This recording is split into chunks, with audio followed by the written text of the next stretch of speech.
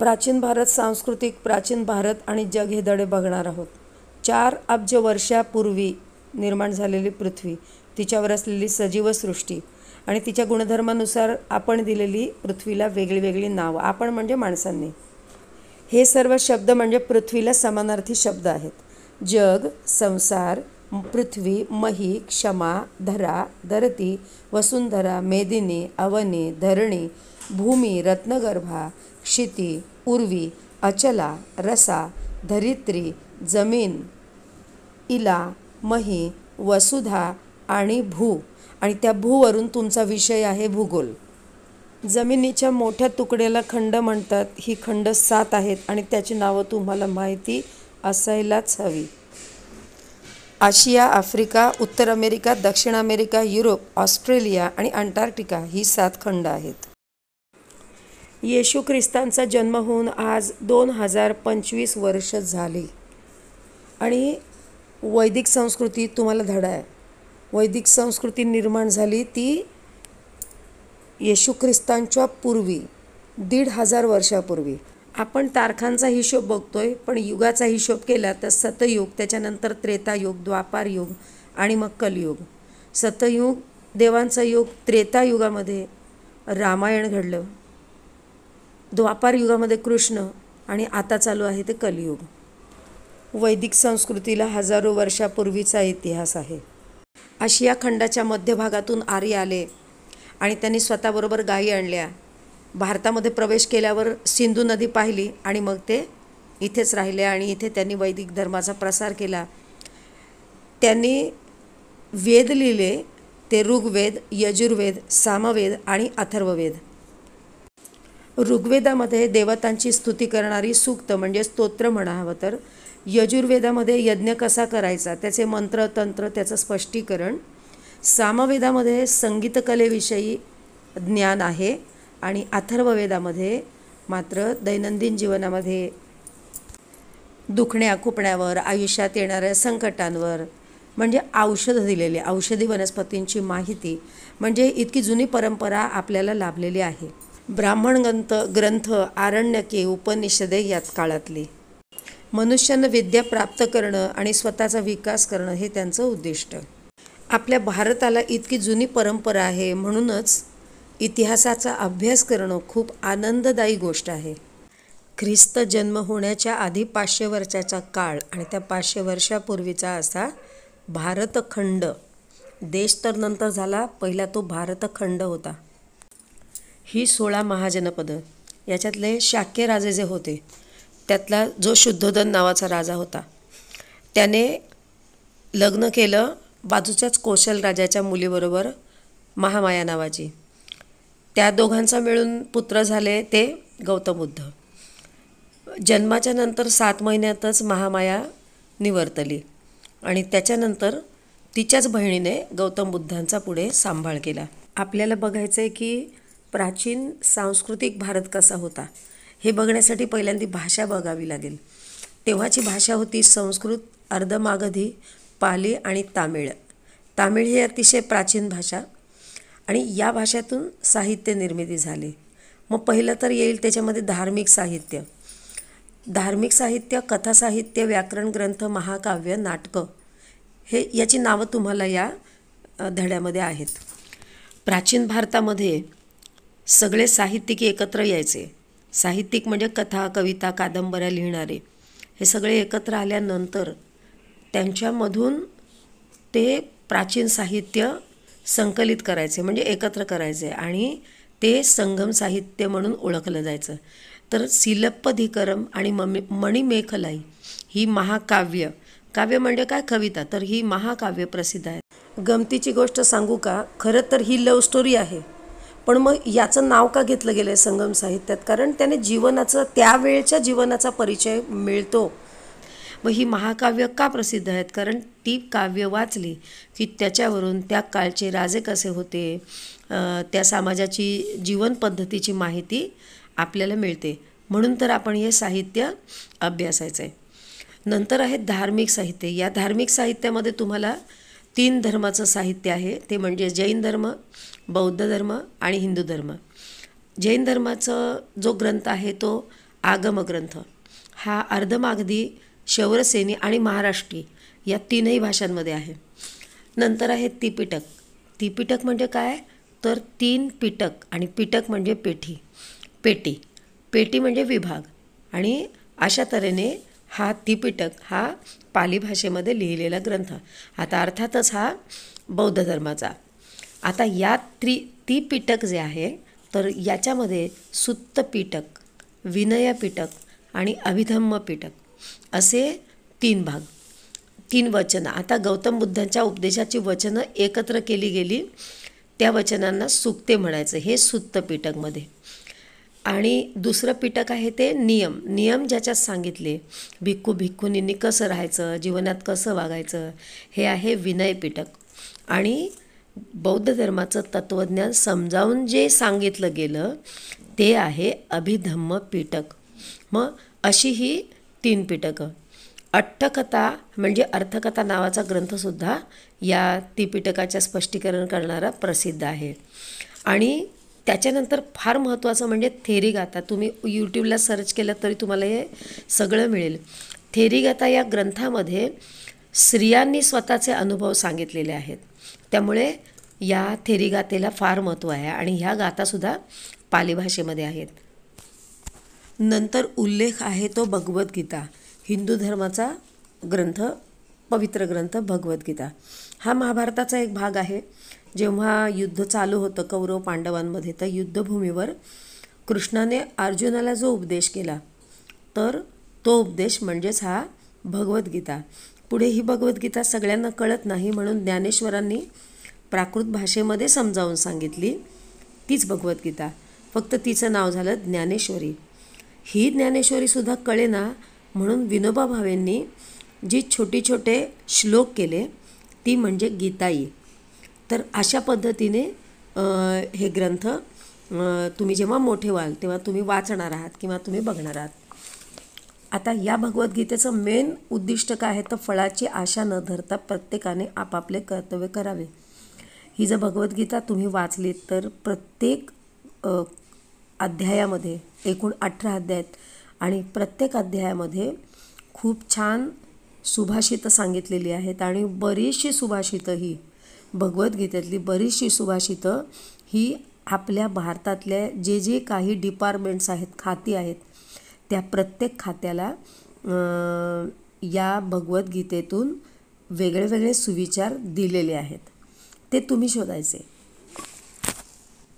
ईश्वराची भक्ती करण्याचा मार्ग सर्वांसाठी खुला आहे, हे तत्त्व भगवद्गीतेमध्ये सांगितले. 8व्या शतकामध्ये म्हणजे ख्रिस्ताचा जन्म झाल्यानंतर 800 वर्षांनंतर आद्यशंकराचार्य झाले. यांनी ज्ञान आणि वैराग्य या गोष्टीवर भर दिला.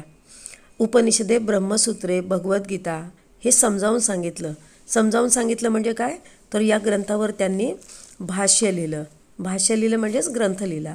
आणि त्यांनी भारताच्या 4ही दिशांना जाऊन बद्रीनाथ, द्वारका, जगन्नाथपुरी, शृंगेरी या ठिकाणी मठांची स्थापना केली. याच काळामध्ये अर्थशास्त्र हा ग्रंथ कौटिल्याने लिहिला. आता कौटिल्य म्हणजे काय, तर हे ऋषींचं नाव, तर कौटिल्याने लिहिला. याच्यामध्ये काय लिहिलं, तर उत्तम शासन व्यवस्था कशी असावी, म्हणजे राजकारण कसं करायला हवं, राजाने राज्य कसं चालवायला हवं, याची सविस्तर चर्चा त्याच्यामध्ये केलेली आहे. याच काळामध्ये पाणिनी नावाचे ऋषी झाले. त्यांनी काय केलं, तर त्यांनी ते पाणिनी हे व्याकरणकार होते आणि त्यांनी अष्टाध्यायी हा संस्कृत व्याकरणाचा ग्रंथ लिहिला. आणि त्यांचा ग्रंथ हा प्रमाण म्हणून मानला जातो. म्हणजे आता जो काही आपण व्याकरणाचा अभ्यास करतो तर तो सगळा अभ्यास हा पाणिनींनी जो व्याकरणाचा ग्रंथ लिहिला आहे त्याच्यावर अवलंबून आहे. नंतर आता जे तुम्ही बघता योगाभ्यास आजूबाजूला सगळेजण करतात, सूर्यनमस्कार करतात किंवा आसनं करतात, हे सगळं कोणी, तर हे पतंजली ऋषींनी महाभाष्य नावाचा ग्रंथ लिहिला. तर त्या ग्रंथामध्ये, पतंजलीच्या ग्रंथामध्ये ही सगळी माहिती व्यायामाची, योगाची आहे. पाणिनीने अष्टाध्यायी या ग्रंथ लिहिला आणि त्याच्यामध्ये व्याकरणाची सूत्र आहेत. पाणिनीची गोष्ट अशी सांगतात की ते व्याकरण समजावून सांगत होते त्यांच्या शिष्यांना. आणि इतकं ते त्याच्यामध्ये गुंग होते की असं म्हणतात की वाघाने येऊन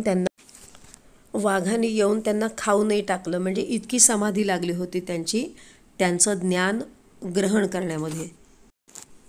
अर्थशास्त्र कौटिल्याने लिहिलं. पाणिनी हा व्याकरणकार होता, त्यांनी अष्टाध्यायी लिहिलं. आणि पतंजलीने महाभाष्य ग्रंथ लिहिला. हे असं लक्षात ठेवायचं. नंतर महाभारत आणि रामायण हे मगाशीच मी उल्लेख केला तसं की ही महाकाव्य झाली. हे रामायण हे महाकाव्य वाल्मिकींनी लिहिलं, तुम्ही त्याचा अभ्यास पण केलेला आहे.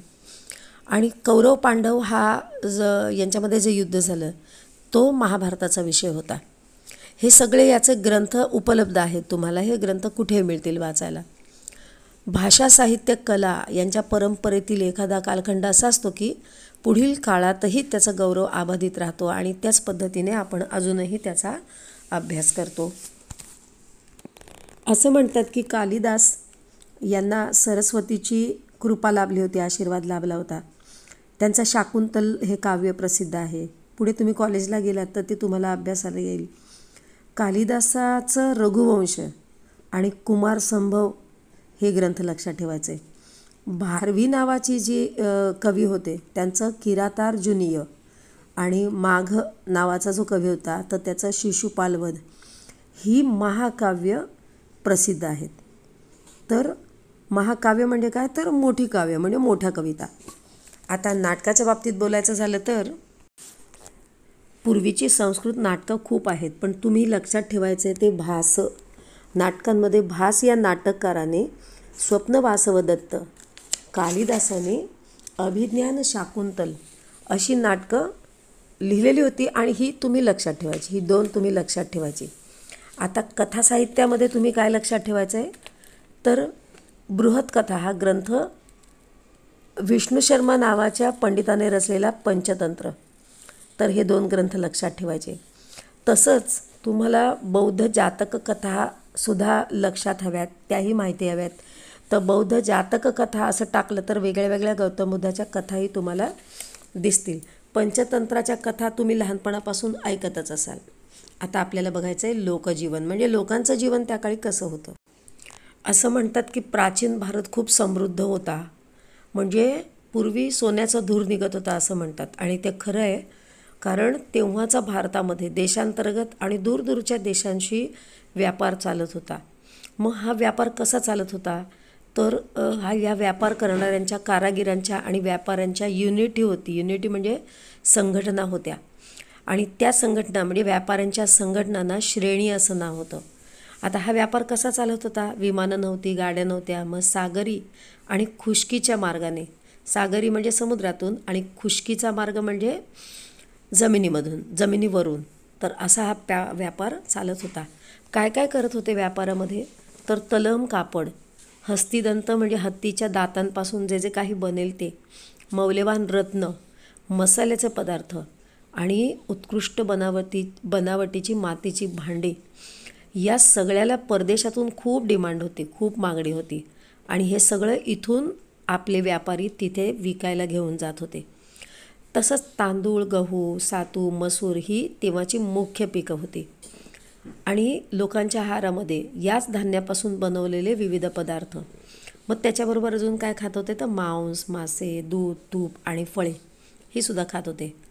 पण आता जसे आपण नायलॉनचे कपडे वगैरे वापरतो तसे पूर्वी वापरले जात नव्हते. तर पूर्वी कपडे हे सुती वस्त्रच वापरली जात होती. म्हणजे कापूस जो पिकवला जात होता त्यापासून जी वस्त्र, जे कपडे तयार केले जात होते ते सुती कपडे. आणि त्याच्याबरोबर जरा जास्त श्रीमंत असतील तर रेशमी आणि लोकरीची वस्त्रेही वापरली जात होती. आणि कशा पद्धतीची ती वस्त्र होती, तर धोतर, उपरणे, मुंडासे आणि साडी या प्रकारची ती होती. कुशाण राजे म्हणून मगाशी जो उल्लेख केला त्याच्या काळामध्ये सगळ्यांना म्हणजे संपूर्ण भारतीयांना शिवण्याची पद्धती त्यांच्याकडून मिळाली. आता आपल्याला बघायचं आहे की विज्ञानामध्ये किती प्रगती केली होती. बघा, आपण पहिले ग्रंथ बघितले, मग आता लोकजीवन बघितलं आणि आता विज्ञानात काय प्रगती होती, कोणते कोणते शास्त्रज्ञ होते त्या काळामध्ये. आता आपण म्हणतोय शास्त्रज्ञ, पण तेव्हा म्हणत होते ऋषी. आता त्याची आपण माहिती घेणार. आता आपल्या विज्ञानातलं वैद्यकशास्त्र बघायचं आहे. वैद्यकशास्त्र म्हणजे आता ज्याला आपण म्हणतो ना मेडिकल, ते तर तेव्हाचं वैद्यकशास्त्राला आयुर्वेद असं म्हटलं जात होतं. आयुर्वेद याच्यामध्ये रोगांची लक्षणं, रोगांचं निदान, रोगावरील उपचार, रोग होऊच नये म्हणून काय करायचं याच्याबद्दलचा विचार करण्यात आला आहे. जीवक नावाचा बिंबिसाराच्या काळामध्ये जीवक हा प्रसिद्ध वैद्य होता. चरक नावाचा जे ऋषी होते त्यांनी चरक संहिता हा ग्रंथ लिहिला. चिकित्साशास्त्र, औषधशास्त्र याची सविस्तर माहिती याच्यामध्ये दिलेली आहे. हा ग्रंथ चरकांनी लिहिला म्हणून चरक संहिता. नंतर सुश्रुत नावाचा एक आपण ज्याला म्हणतो ना सर्जन, आता म्हणतो आपल्या भाषेमध्ये सर्जन, तेव्हा म्हणायचा शल्यविशारद, मराठीमध्ये त्याला म्हणतात शल्यविशारद. तर या शल्यविशारदाने सुश्रुत संहिता हा ग्रंथ लिहिला. त्याच्यामध्ये काय काय सांगितलं आहे तर जखमा, अस्थिभंग म्हणजे हाडं वगैरे तुटली की किंवा शस्त्रक्रिया कशी करायची, ऑपरेशन कसं करायचं याची चर्चा केलेली आहे. तुम्हाला आश्चर्य वाटेल, या सुश्रुत संहिता या ग्रंथाचं अरबी भाषेत रूपांतर झालं होतं आणि अरबी भाषेमध्ये त्याचं नाव काय होतं ग्रंथाचं तर किताब-इ-सुसूद अशा पद्धतीचं तो ग्रंथ होता. वाग्भट हा जो होता वाग्भटाने सुद्धा वैद्यकशास्त्रावर अनेक ग्रंथ लिहिले.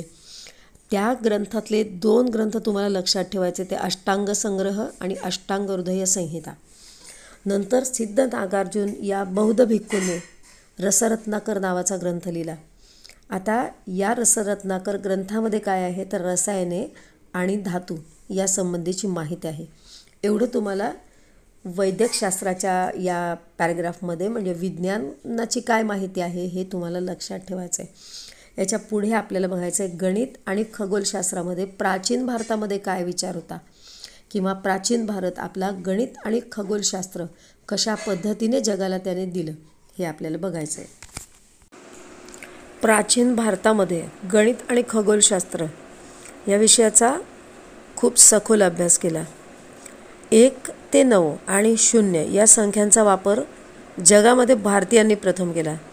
एकम, दहम म्हणजे तुम्ही आता जे म्हणता ना युनिट, टेन्स या स्थान यांच्या प्लेसेसनुसार म्हणजे त्यांच्या स्थानानुसार त्यांची किंमत बदलते हे प्राचीन भारतीयांना माहिती होतं. आर्यभट नावाच्या शास्त्रज्ञांनी आर्यभट्टीय हा ग्रंथ लिहिला आणि या ग्रंथामध्ये काय आहे तर गणिताच्या क्रियांची अनेक सूत्र आहेत. आर्यभट हे खगोलशास्त्रज्ञही होते. पृथ्वी सूर्याभोवती फिरते हे त्यांनी सांगितलं.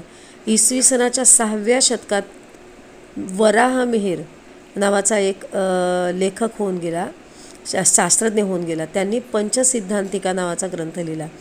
या पंचसिद्धांतिका या ग्रंथात कसली माहिती आहे तर खगोलशास्त्रीय माहिती. आता या खगोलशास्त्राच्या सिद्धांताबरोबर ग्रीक, रोमन, इजिप्त या संस्कृतीमधील खगोलशास्त्रीय विचार काय होते, सिद्धांत काय होते ते पण याच्यामध्ये सांगितलेलं आहे. ब्रह्मगुप्त या गणितज्ञाने आणि याने अरबी भाषेमध्ये याचं रूपांतर केलं. आता बघायचं आहे जर एवढं लेखन झालं तर याचा अर्थ असा आहे की शिक्षणाची सुद्धा दरवाजे उघडे होते.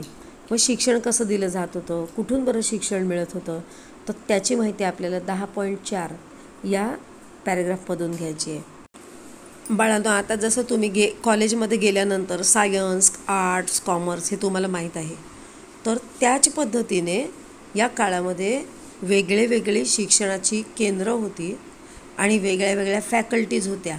म्हणजे अर्थशास्त्र, तर्कशास्त्र, बौद्ध तत्त्वज्ञान, वैदिक वाङ्मय एवढं सगळं शिकवलं जायचं. आणि त्यावेळी जगामध्ये हे एकमेव असं आपल्याकडे विद्यापीठ होतं म्हणजे तक्षशिला विद्यापीठ हे पाकिस्तानमधलं. पाणिनी, चरक आता जर मगाशी उल्लेख केला हे जे 2 वैद्य होते ते तक्षशिला विद्यापीठाचे विद्यार्थी होते. सिकंदराबरोबर ग्रीक इतिहासकारांनीही या तक्षशिलेचं वर्णन केलं आहे. चिनी बौद्ध भिक्खू जो आला होता तो भारतामध्ये, त्याने तक्षशिला विद्यापीठाला भेट दिली आणि या विद्यापीठामध्ये वैदिक वाङ्मय, बौद्ध तत्त्वज्ञान, अर्थशास्त्र, तर्कशास्त्र अशा विविध विषयांचं शिक्षण दिलं जातं आहे. हे त्याने उल्लेख त्याच्या ग्रंथामध्ये केलेला आहे. त्या काळामध्ये जगभरातून लोक शिकण्यासाठी या विद्यापीठामध्ये येत होती. तक्षशिलेबरोबर वाराणसी नावाचं एक केंद्र होतं. वारणा आणि असी या गंगेच्या 2 उपनद्या, वर्णा आणि असी या गंगेच्या 2 उपनद्या आहेत आणि त्या 2 नद्याच्या मध्ये जे शहर वसलं ते वाराणसी. इथे वेदांचं ज्ञान तसंच जैन बौद्ध तत्त्वज्ञानाचं शिक्षण दिलं जात होतं. नंतर गुजरातमध्ये सौराष्ट्रातलं वल्भी नावाचं प्राचीन नगर होतं. इथे 5व्या-8व्या शतकात जैन आणि बौद्ध तत्त्वज्ञानाचं शिक्षणाचं ते केंद्र होतं. युआनशॉंग आणि इत्सिंग या चीनी बौद्ध भिक्खूंनी वल्भीला भेट दिली होती. त्याच्यानंतर सगळ्यात महत्त्वाचं तुम्हाला लक्षात राहील असं ते नालंदा विद्यापीठ. असं म्हणतात की रात्रीसुद्धा नालंदा विद्यापीठाची जी वास्तू होती ती चमकत असायची. असं काहीतरी सुंदर पद्धतीने बनवलेलं हे विद्यापीठ. तर हे कुठे होतं तर बिहारमध्ये पाटणा शहराच्या जवळ हे नालंदा विद्यापीठ. अजूनही तुम्ही गेलात तर त्याचे अवशेष तुम्हाला बघायला मिळतील. सम्राट हर्षवर्धनने या विद्यापीठाला उदार हस्ताने देणग्या दिल्या होत्या. युआनशॉंग इत्सिंग यांनी जे वर्णन केलं आहे नालंदा विद्यापीठाचं की तिथे हजारो विद्यार्थी राहण्याची सोय होती. म्हणजे किती मोठं असेल की नाही ते. या ग्रंथालयात हजारो ग्रंथ होते. या विद्यापीठात प्रवेश मिळवण्यासाठी प्रवेशद्वारापाशी विद्यार्थ्यांना परीक्षा द्यावी लागत होती. असं म्हणतात की नालंदा विद्यापीठाला जेव्हा आग लावली गेली, आता ही आग 6 महिने विझली नव्हती. म्हणजे सगळे ग्रंथ जाळले गेले तेव्हाचे. म्हणजे एवढं मोठं नुकसान या आपल्या भारतभूमीचं झालेलं आहे. विक्रमशिला नावाचं विद्यापीठ आहे ते सुद्धा बिहारमध्ये भागलपूरच्या जवळ आहे. हे स्थापन केलं ते धर्मपाल नावाच्या राजानं. आणि हे कधी स्थापन केलं तर 8व्या शतकामध्ये. तिथे विहार होते, तिथे 6 विहार होते आणि या विहाराचे प्रवेशद्वार, प्रत्येक विहाराचं प्रवेशद्वार हे स्वतंत्र होतं. नंतर आहे कांची. कांची हे कोणी तयार केलं तर ते पल्लव राज्यसत्तेच्या काळामध्ये म्हणजे 6व्या शतकामध्ये. 6व्या शतक म्हणजे तुम्हाला आता चांगलं माहिती आहे की येशू ख्रिस्ताचा जन्म झाल्यानंतर 600 वर्षांनी म्हणजे ते 6वं शतक. तर आजच्या तामिळनाडूमध्ये कांची हे शहर आहे ते महत्त्वाचं शैक्षणिक केंद्र बनलं होतं तेव्हा. तिथे वैदिक आणि जैन आणि बौद्ध ग्रंथाचं अध्ययन आणि अध्यापन केलं जात होतं. तुम्ही लक्षात घ्या की पूर्ण भारतभर बौद्ध धर्म, जैन धर्म, वैदिक धर्माचं अध्ययन केलं जात होतं. आता तुम्हाला याच्यापुढे बघायचं आहे ते स्थापत्य आणि कला. स्थापत्य म्हणजे वास्तुकला. तर ही काय काय होती ते तुम्हाला आता 10.5 असा त्याचा मुद्दा आहे, तो तुम्हाला बघायचा आहे. मौर्य राजाचा जो काळ होता, मौर्य आणि गुप्त काळात म्हणजे गुप्त राजे आणि मौर्य राजे यांच्या काळात स्थापत्यकलेच्या विकासाचा उत्कर्ष झाला. सम्राट अशोकाने ठिकठिकाणी जे दगडी स्तंभ उभारले तर ही शिल्पकलेची उत्कृष्ट उदाहरणं आहेत. सांचीचं स्तूप, उदयगिरी, खंडगिरी, कार्ले आणि नाशिकची अजिंठा वेरूळची लेणी तुम्हाला माहीतच आहेत. लांब कशाला, तुम्ही अंधेरीला गेलात तरी तुम्हाला तिकडेही ही लेणी तुम्हाला बघायला मिळतील. आजूबाजूला इतिहास पसरलेला आहे, पण आपल्याला त्याची दृष्टी हवी आणि ती दृष्टी तुम्हाला वाचनातून मिळेल. हे नुसतं ऐकून नाही तर हे ऐकल्यानंतर धडेसुद्धा वाचायचे आहेत. दक्षिण भारतात चालुक्य पल्लव राज्यसत्तेच्या काळात मंदिरं खूप स्थापन झाली आणि याच्यामध्ये सगळ्यात महत्त्वाचं मंदिर म्हणजे महाबलीपुरमची मंदिरं जी आहेत त्याच्यावरून तुम्हाला कळेल की तेव्हा किती प्रगत शिल्पकला होती. पल्लव राज्यसत्तेच्या काळात नंतर कांस्य मूर्ती बनवण्याला कांस्य मूर्ती म्हणजे काशाची मूर्ती, तर काशाची मूर्ती बनवण्याला सुरुवात झाली. आता तुम्हाला फोटो पण दिलेला आहे कांस्य मूर्ती नटराजाची, तेव्हाची कांस्य मूर्ती इथे तुम्हाला दिलेली आहे. दिल्लीजवळ मेहरौली येथे गुप्त काळात लोहस्तंभ उभारलेला आहे. लोह म्हणजे लोखंड. लोखंडाचा स्तंभाच्या आधारे प्राचीन भारतीयांचे धातुशास्त्राचे ज्ञान किती प्रगत होते ते समजते. म्हणजे तेव्हा धातुशास्त्रामध्ये कितीतरी प्रगती झाली होती. धातू म्हणजे मेटल. तर या मेटलचे कोणते कोणते मेटल तेव्हा वापरले गेले ते आपल्याला थोडंसं आपली दृष्टी मोठी केली आणि आजूबाजूला बघितलं किंवा थोडंसं संशोधन केलं, सर्च मारलं यूट्यूबला की तुम्हाला ही सगळी माहिती सहज मिळेल. प्राचीन भारतीय संस्कृती खूप समृद्ध होती, प्रगत होती, हे तर आपण बघितलं. पण आता हे कुठे कुठे पसरलं होतं संपूर्ण जगामध्ये, त्याचा दूरगामी परिणाम काय झाला होता तो आपला पुढचा धडा आहे. पण ती माहिती आपण याच्यामध्येच घेणार आहोत.